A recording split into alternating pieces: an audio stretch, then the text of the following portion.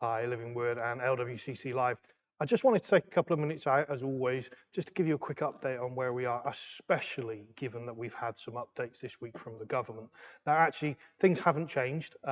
We know that they're going to, but they haven't changed yet. We know that we could still meet if we wanted to, but we've taken the decision, like we did before, to stay closed for the time being. And when I say closed, I just mean not meeting in person. Of course, we will meet on Facebook and on YouTube. We will meet on Zoom.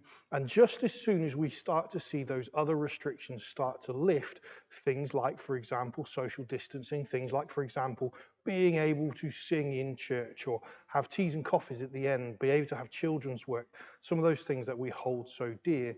As we start to see those things unravel, we're going to start to decide whether we meet in person or not. So we're not going to commit to the long term just yet. We are just going to say for the whole of March, just expect for us to stay online again. And we're going to review it just before we get to Easter. And hopefully by then we'll know a little bit more about what's going on. Now, of course, that is a big part of the story right now, but it isn't everything that's going on. We know that our God is bigger than that. We know that our journey is bigger than that.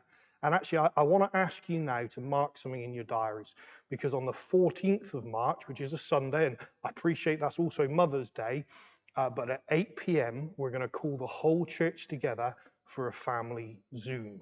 Now, I understand some of you don't like Zoom, and this is one of those occasions where I'm actually going to ask you to get over that, to try and put those differences to one side. I know normally put people under pressure to come to teas and coffees or prayer meetings or home group meetings, but this is a really important meeting. It's a really important time for us to come together because we want to share with you from the elders and from the trustees the vision moving forward for buying the building. And I know that that is significant for so many of you. I know that's significant for us. It's certainly significant to God and for the vision moving forward. So please mark that in your diary. March the 14th at 8 p.m. on Zoom. Sadly, we would love to have done that in person, of course, but we can't. So God bless you. This week, remember, same as always, get online just before 11 o'clock for the Facebook and the YouTube. Then we'll go on to Zoom afterwards. We'll spend times with teas and coffees and have that lovely time of fellowship and prayer that we've become so used to.